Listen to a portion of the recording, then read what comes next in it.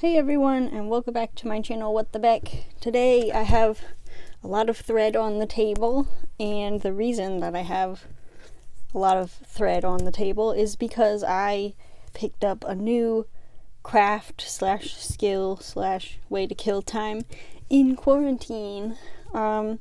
It's no surprise that I have a lot of craft supplies, so I'm kind of prepared for something like this in that sense. I'm not going to be bored while I'm inside, that's for sure. And I had these threads already. I have more too, which I'll show you in a second. But I was watching YouTube, and I think it was a couple months ago when I found this channel called Masha Knots. That's her name, and she makes amazing friendship bracelet tutorials and just videos about friendship bracelets, like troubleshooting if you have issues making them, or like she gives a guide of a website that I'm going to talk about in a second. But yeah, basically I finished up a crochet project and I was like, you know what, I want to make a friendship bracelet like Masha did. So that's where I got the inspiration to start doing this. So I think the first thing I'll do is move these away, and I'll show you how I store the thread that I have. So I've been using embroidery thread for like embroidery and cross stitch since I was like a little kid. Not consistently, but like every once in a while I'll make a cross stitch project or something that uses it. Or you can also use it to sew on crochet projects that you want to put like words on or something like that. So I have this box here, and I also have this one. The top broke off of this one, but essentially these are like $3 at Walmart or Michael's, something like that. And I kind of sort them by color in this one. None of these are correctly labeled. I mean, some of them might be. When you buy the thread, it comes in like certain shades, and that's the number that's written on there. But some of these don't have a number, like this one. Oh wait, that does have a number. But some of them don't, because I was a kid when I had this box, and they don't necessarily match, because once they're empty I would wrap another string around it and not care about the number. So this one I know for a fact is not particularly credible when it comes to the numbers on them. It's just sorted by color, and it looks pretty, which is nice. And then the other one is sorted by color. As you can see, these are confirmed to be the correct numbers of each of these. And I numbered these like this a couple years ago because I started a big cross stitch project where I had to buy my own thread, and I didn't buy all of these. Some of these were hand-me-downs from my wonderful mom, who I know is watching this. But yeah, so I know what colors these are. I have a couple duplicates of some of them, which is nice if you're doing a big project, but that's what my supplies are stored in. So I guess now I'll go over some of the projects that I've done so far. So the first one that I did was this one, and it's just, well, the normal pattern would be just this over and over again, and that's called a candy stripe. But I used a website called braceletbook.com, and that is the website that Masha is a moderator and kind of a promoter for. So I'm going to write that down because I did not write it on here before. But in this website, you basically make an account. It's kind of like the candy pattern website that I shared in one of my previous videos, where people can upload their own patterns, and there are forums, so if you have problems you can ask for help. And yeah, so I've been using this one to save some patterns that I want to do, and to just read through the forums to see if I have any issues. But yeah, this pattern was from that website, and it kind of wiggles a little, which I thought at first I just did it wrong, but then I realized that for this section I was tying the knots with my right hand, and for this section I was tying them with my left hand. So I think maybe my left hand just ties them looser, and that makes it different. And I did realize after making this one that I can make this section with my right hand. I just have to think about it. I guess when I did my first one, I just wasn't thinking about it. But yeah, so it's rainbow colors with black and white, and I actually used up the last of my black and white in this bracelet, because as much as I have all the pretty colors, I don't really have black and white.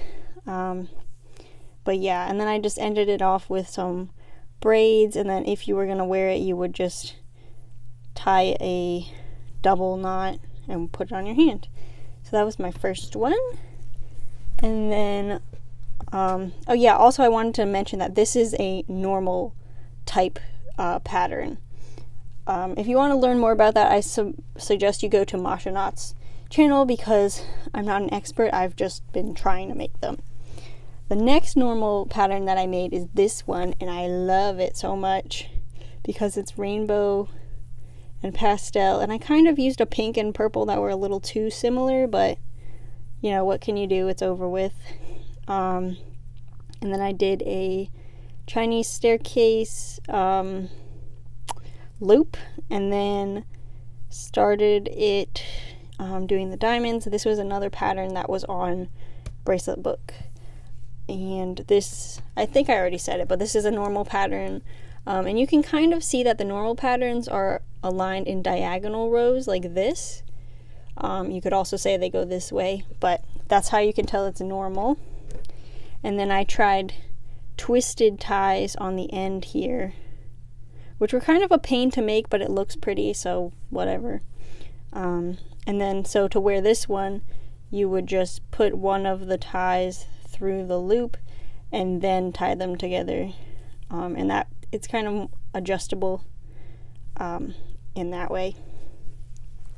The other thing that I was thinking is like they function as bookmarks, so even though I don't think I'll be wearing them too often, just because it's kind of hard to tie them on myself, I could still use them as bookmarks.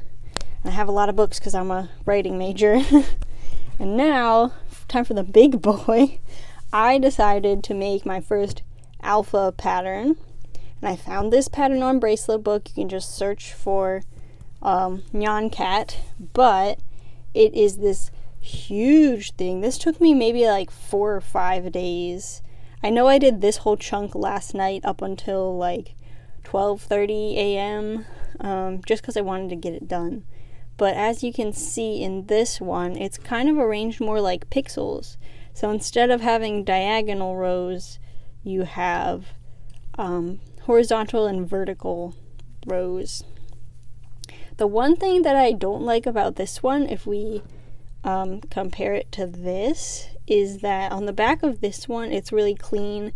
There aren't any ends sticking out, but on this one, because of the way that you make it, you have a lot of ends on the end and the strings overlap each other and it's kind of messy.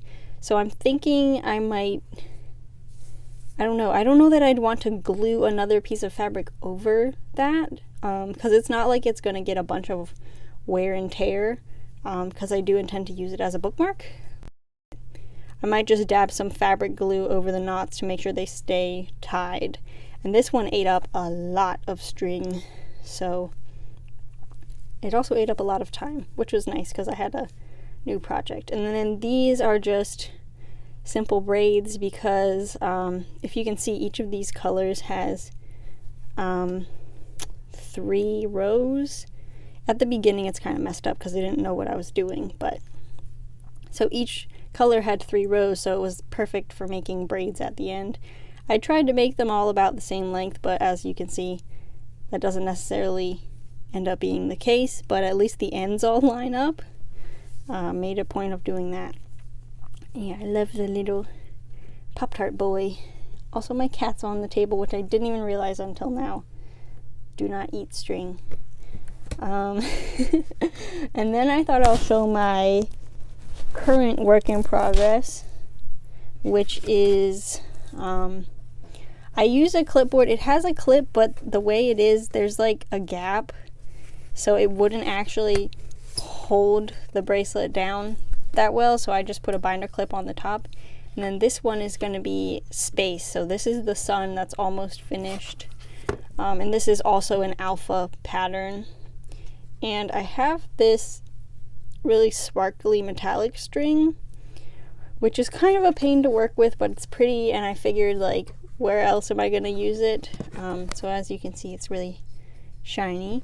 And then for this one, unlike the Nyan Cat one, where all of the backgrounds were just different colors, I was basically using up scraps just to see if I could do an alpha pattern.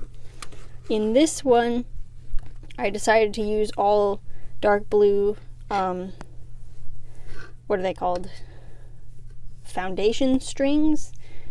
I'm not sure what they're called, but the strings that you work onto to make the rose are all dark blue, so that when I get to making the ties, they'll be the same general color as the background of the bracelet.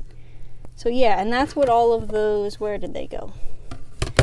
All of these different colors from before are for that space pattern, which again is available on Bracelet Book. So yeah, here's just the reference again for if you want to look up any more about these. And yeah, I think that's it for now. And yeah, I'll try to have another video out soon. But leave me a comment if you want to try making bracelets, if you have made bracelets before. I know I have some memories of making them at summer camp with my friends, but I didn't know how to do anything like this. I think the most advanced thing I knew how to do was a chevron, which is just like V shapes going down the whole thing. But yeah, if you liked the video, please give it a thumbs up and comment again if you have anything to say. And I'll get this cat off of your screen. Goodbye.